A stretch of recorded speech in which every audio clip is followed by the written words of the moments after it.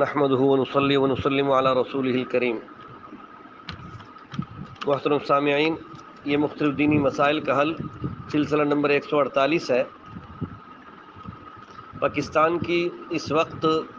جو انتہائی خطرناک صورت سیلاب زدگان کی صورت میں امت کے سامنے موجود ہے، اس عذاب کی صورت کے اسباب کیا ہے؟ عذاب کیوں آیا کرتے ہیں قوموں پر؟ اس کے لیے احادیث کی روشنی میں چند باتیں ذہن میں رکھیں۔ ایک بات تو یہ ہے کہ جب بھی کسی قوم کے اندر بے حیائی کی کثرت ہوگی تو اس قوم کے اندر عذاب ضرور آئے گا۔ سیدہ زینب بنت جحش رضی اللہ تعالی عنہا وہ فرماتی ہیں کہ میں نے آپ صلی اللہ علیہ وسلم سے ایک دفعہ سوال کیا، فقلت یا رسول اللہ افنہلک وفینا الصالحون، کہ اللہ کے رسول کیا ہم ہلاک ہو جائیں گے اس حال میں کہ ہم نیک لوگ بھی ہمارے اندر نیک لوگ بھی موجود ہوں گے؟ یا اس کو معروف مجہول کی صورت میں اگر صیغہ کو پڑھ دیا جائے فنہلک، تو دونوں طرح محدثین نے پڑھا ہے افنہلک وفینا الصالحون، کیا ہم کو ہلاک کر دیا جائے گا، ہم ہلاک کر دیے جائیں گے اس حال میں کہ ہمارے اندر نیک لوگ بھی موجود ہوں گے؟ قال نعم، تو پیغمبر دو عالم صلی اللہ علیہ وسلم فرمانے لگے ہاں ہلاک کر دیے جائیں گے، بے شک نیک لوگ بھی موجود ہوں گے۔ اذا کثر الخبث، جب بے حیائی کثرت پکڑ جائے گی، عام ہو جائے گی، اس وقت اللہ رب العزت نیکوں کی پرواہ بھی نہیں کریں گے۔ بے حیائی کی کثرت کی وجہ سے اللہ رب العزت کا عذاب پھر نیکوں کو بھی پہنچے گا۔ یہ ذہن میں رکھیں۔ صحیح بخاری اور صحیح مسلم کی یہ روایت ہے، تو جب قوم کے اندر بے حیائی عام ہو جاتی ہے اس وقت قوموں پر عذاب آیا کرتا ہے۔ بے حیائی کے سلسلے میں یہ ذہن میں رکھیں،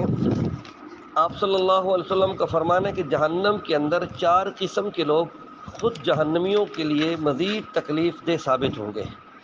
جہنمی پہلے بھی تکلیف میں ہوں گے، لیکن یہ 4 قسم کے لوگ وہاں جا کر اور مزید جہنم والوں کو تکلیف دینے کا باعث بنیں گے، جن میں سے ایک شخص وہ ہوگا جس پر انگاروں کا تابوت بند ہوگا۔ ایک تابوت ہوگا انگاروں سے بھرا ہوا، اس کے اندر وہ شخص بند ہوگا، چاروں طرف سے آگ میں ہوگا۔ یہ شخص جب جہنم میں جائے گا تو لوگ جہنمی بہت پریشان ہو جائیں گے۔ دوسرا آدمی اپنی آنتیں گھسیٹ رہا ہوگا، یعنی اس کا پیٹ پھٹا ہوا ہوگا، اور پھٹے ہوئے پیٹ کی صورت میں جب جہنم میں وہ داخل ہوگا ذلیل ہو کے، تو جہنمی دیکھ کے اس سے پریشان ہو جائیں گے۔ تیسرے نمبر پہ وہ شخص جس کے منہ سے پیپ بہہ رہی ہوگی، منہ سے گندی پیپ بہنے والے کے شخص کو بھی دیکھ کر جہنمی پریشان ہو جائیں گے۔ چوتھی صورت وہ شخص جو اپنا گوشت کھا رہا ہوگا، تابوت والا کہے گا میں اس حالت میں مرا ہوں کہ مجھ پر لوگوں کا مال واجب الادا تھا، میں نے ادا نہیں کیا تھا، اور پیچھے بھی ادا کرنے کے کوئی سبب نہیں تھے اور نہ پیچھے والوں نے کو ادا کیا، تو یہ اس سزا کے اندر وہاں جب جائے گا تو تابوت کے اندر انگاروں کے تابوت میں بند ہوگا، چاروں طرف سے آگ نے گھیرا ہوا ہوگا۔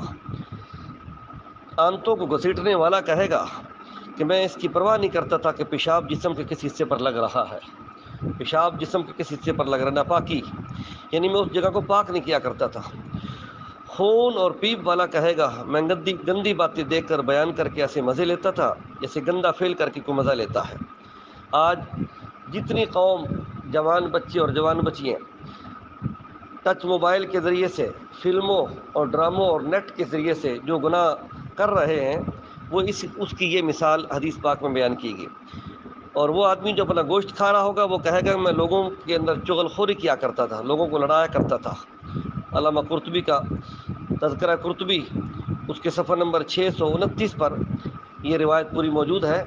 اور اس کے علاوہ بھی کتب احادیث میں موجود حدیث ہے۔ بار کے فرض یہ کرنا ہے کہ جس وقت قوم بے حیا ہو جاتی ہے اس وقت اللہ رب العزت اس بے حیائی کی وجہ سے زمین کو پاک کرتے ہیں اور ان بے حیا لوگوں کے لیے عذاب کی صورت پیدا کرتے ہیں، وہ پانی کی صورت میں ہو، وہ زلزلے کی صورت میں ہو، وہ آسمان سے کوئی اور چیز برسا کر ہو، کسی بھی صورت میں اللہ اس قوم کے لیے عذاب کی شکل پیدا کرتے ہیں۔ دوسری صورت، قوموں کے اوپر مظلوموں کی بد دعاؤں سے عذاب آتا ہے۔ یہ جو میں نے حدیث پڑھی تھی یہ مشکات شریف صفحہ 456 پر ہے، سیدہ زینب کی روایت، اور صفحہ نمبر 436 کے اوپر آپ صلی اللہ علیہ وسلم کی وہ حدیث ہے جس کے اندر دوسرا سبب بیان کیا گیا کہ اس قوموں کے اندر جب عذاب آتا ہے تو وہ مظلوموں کی بد دعاؤں سے عذاب آتا ہے۔ حضرت علی رضی اللہ عنہ راوی ہیں، قال رسول اللہ صلی اللہ علیہ وسلم ایاک ودعوۃ المظلوم، کہ تم اپنے آپ کو بچاؤ مظلوم کی بد دعاؤں سے،